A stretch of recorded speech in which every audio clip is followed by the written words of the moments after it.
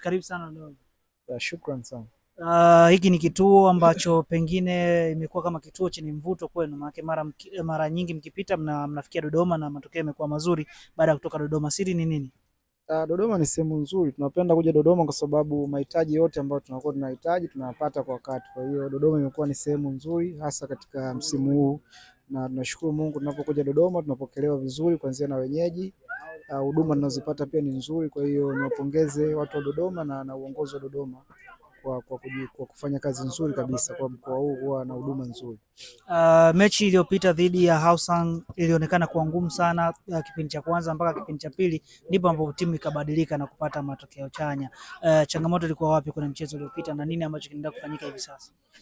Nadhani ilikuwa ni sehemu ya mchezo. Unapoingia kucheza na timu pinzani, hasa wakiwa wapo katika ardhi yao, wanakuwa na advantage kwa sababu ni uwanja wao wa nyumbani, mashabiki wapo kule, na ukizingatia pia hali ya hewa ambayo tulikuta kule sio hali ya hewa ambayo inawiana na hali ya hewa ambayo sisi tulipo. Kwa hiyo ilitusumbua kidogo, lakini sisi ni timu bora, tulijiandaa vizuri.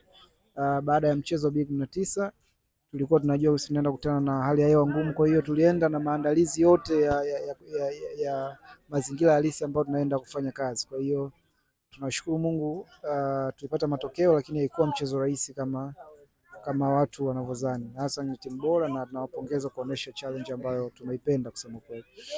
Hali ikoje hivi sasa? Maana zimebakia mechi chache sana kuelekea mwishoni mwa msimu, na kwa maana ya hali ya timu kwa uongozi, wachezaji na hata nyie kwa maana ya eneo la utawala. Sisi tunashukuru Mungu mpaka sasa hivi naona kikosi kinaendelea mazoezi, kila mtu yuko vizuri, hatuna majeruhi.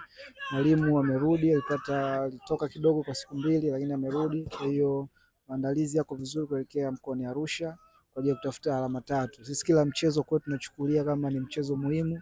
Tulikuwa tumebakisha fainali 9, tayari 2 tushazicheza. Mchezo unaofuata sisi tunauchukulia kwetu kama fainali. Kwa hiyo hautakuwa mchezo rahisi, tunajua.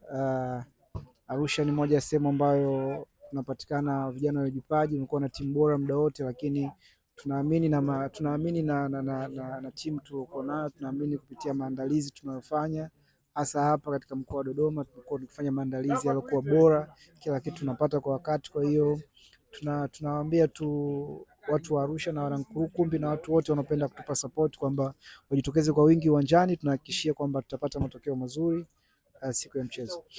Umemzungumzia Mwalimu Juma Kaseja ambaye amerejea hivi sasa kutokana na kukosekana kwake kwa siku 2-3.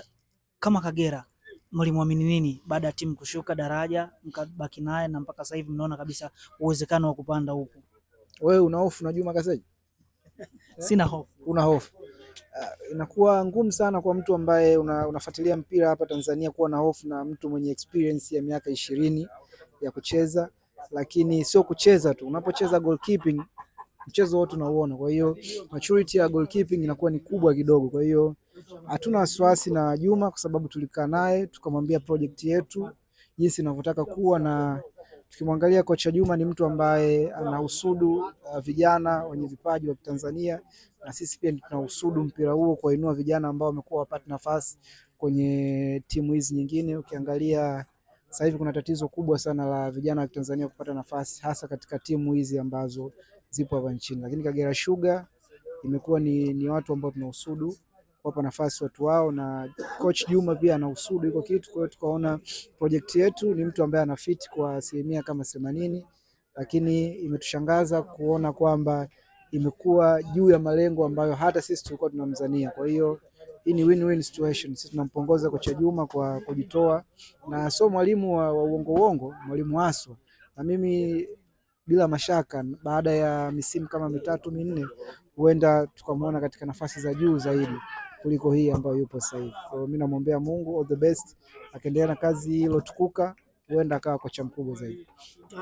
Uwepo na wachezaji ambao wana senior mentality, Obley Cholo Chilwa, Elasto Nyoni, David Chikupe kwa maana Dante, lakini pia Fred Silvanus Tangalo na wachezaji wengine wengi ambao wana experience, imekuwa na faida kiasi gani kwa upande wenu?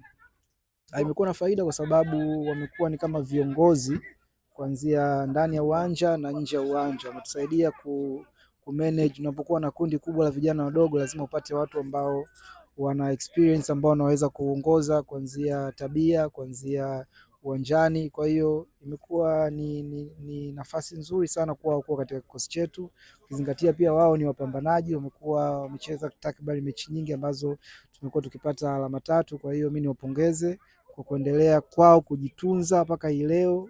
Wenyewe tumeanza kuona tukiwa wadogo sana mpaka leo unaona wanaendelea kucheza, wanaendelea kufanya vizuri. Kwa hiyo sio rahisi kama sio mtu wa kujitunza, sio mtu wa kuthamini unachokifanya, lakini kiujumla tu wametusaidia pakubwa sana, niseme hivyo.